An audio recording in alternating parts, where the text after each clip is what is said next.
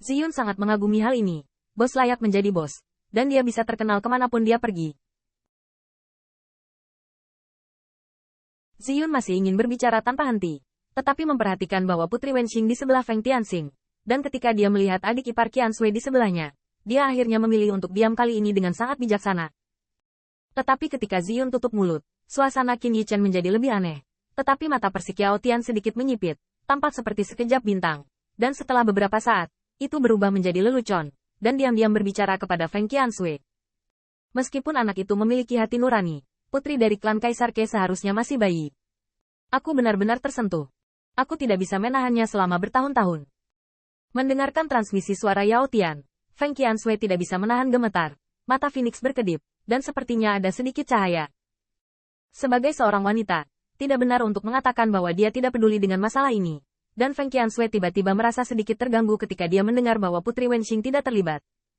Tetapi ketika Feng Qian Sui memandang Yao Tian, Feng Miao masih sedikit curiga dan bingung. Tidak tahu apa yang dia rugikan. Setelah melihat ini, Yao Tian tidak bisa menahan tawa. Jangan khawatir. Saya tidak punya alasan untuk mengatakan hal-hal baik kepada anak itu untuk berbohong kepada Anda dalam masalah ini.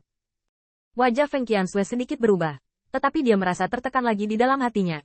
Dia tahu bahwa suaminya dipaksa untuk tidak berdaya, dan Kaisar Surgawi memberikan pernikahan.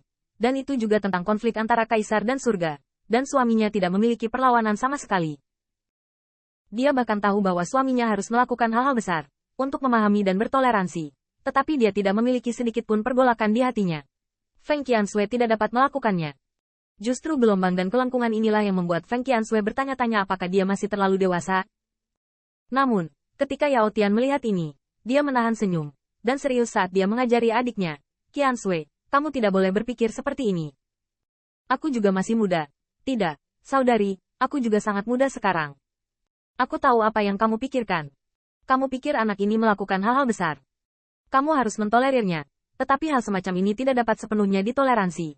Jadi kamu meletakkan semua keterikatan pada dirimu sendiri. Bahkan Anda masih berpikir bahwa Feng Tianxing sedang berkeliaran di alam surga Kaisar.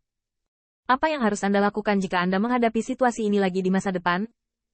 Bahkan saya mendengar bahwa anak itu lebih dari sekadar Anda orang kepercayaan. Anda mencintainya. Jadi Anda merasa bahwa Anda tidak dapat memilikinya. Dan pikiran Anda terlalu egois. Wanita yang sama. Kata-kata Yao Tian. Tidak diragukan lagi menyentuh hati Feng Qian Sui. Yao Tian menatap matanya dan tidak bisa menahan nafas, dan berkata dengan sedih dan kasihan, jika kamu telah mempercayai adikmu, maka kakakmu akan mengatakan dengan jelas bahwa kamu benar, ini tidak egois, dan kamu sama sekali tidak salah. Berbicara tentang ini, Yao Tian mendengus lagi, tidak palsu melakukan hal-hal besar. Anak ini cukup baik. Kamu sedikit malu di depannya. Kamu pikir dia pantas dikagumi wanita baik lainnya. Aku tidak tahu siapa yang mengatur dunia ini dan meracuni wanita di dunia selama bertahun-tahun yang tak terhitung. Kamu bisa mentolerir dia untuk memiliki orang kepercayaan lain. Tetapi jika kamu memiliki orang kepercayaan lain, lihat anak itu segera. Feng Qian Sui terkejut ketika dia mengatakan ini, panik dan marah. Saudari, kamu, jangan bicara omong kosong. Apakah Qian Sui orang semacam itu? Tentu saja aku tahu kamu bukan orang seperti itu. Namun, Yao Tian sepertinya sudah menduganya sejak lama. Jadi, kamu setia padanya. Dan dia harus memperlakukanmu dengan cara yang sama. Jika kamu memiliki cinta baru, kamu akan memiliki cinta baru. Tidak peduli berapa banyak alasan yang kamu bicarakan, itu sama. Tampaknya Qin Yichen tidak tahu percakapan antara kedua wanita itu. Apalagi meskipun Yao Tian terburu-buru bersamanya sepanjang jalan. Dari junior dan junior sebelumnya. Dia secara bertahap menjadi sesama Tao yang hidup dan mati bersama. Namun bukan berarti konsep Yao Tian dan Qin Yichen sama persis. Yao Tian adalah Yao Tian dan memiliki kepribadian sendiri. Dalam hal ini, Yao Tian tidak akan pernah membantu Qin Yichen. Anak itu akan membuatnya menderita jika dia salah. Jika dia pikir itu benar, maka saudari, kamu tidak punya tempat untuk menangis. Mata Yao Tian tahu penuh dengan kepengecutan. Aku tidak tahu apakah dia membenci Qin Yichen atau dunia. Meskipun Gulian telah memercik sedikit, bukan tidak masuk akal untuk membuat masalah. Semuanya harus didahulukan, baru dahulukan.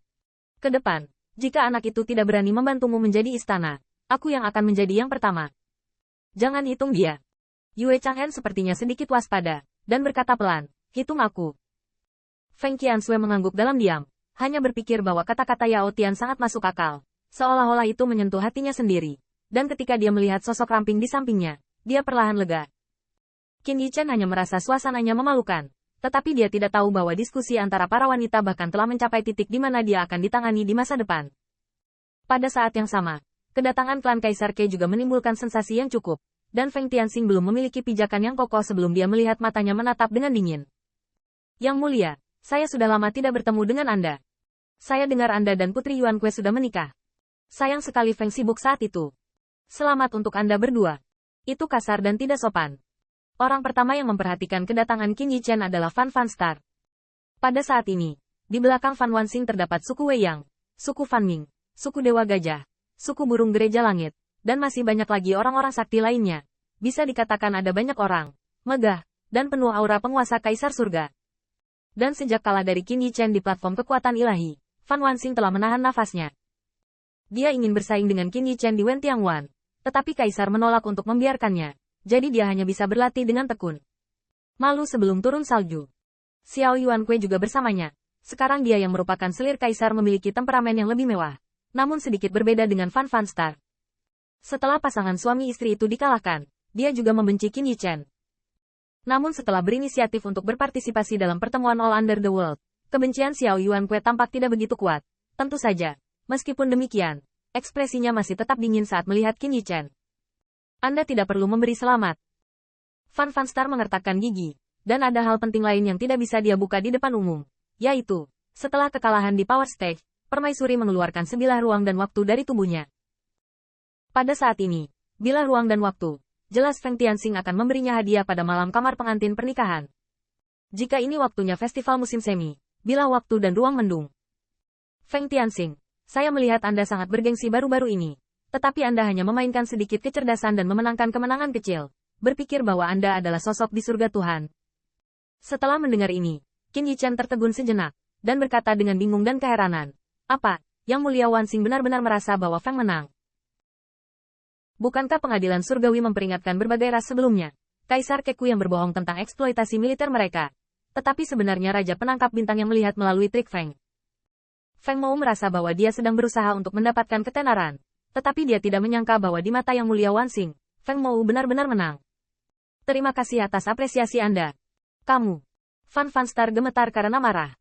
Awalnya dia ingin mengambil pisau pencuri dan memberitahunya bahwa istana surgawi itu kuat, jadi jangan terlalu serius. Bagaimana mungkin pisau pencuri ini mengikuti kata-katanya sendiri di tempat dan menamparkan dirinya kembali? Selain itu, tampaknya dia mengambil inisiatif untuk memuji pisau pencuri ini dan memberikan wajah kepada kepala Kaisar Ke.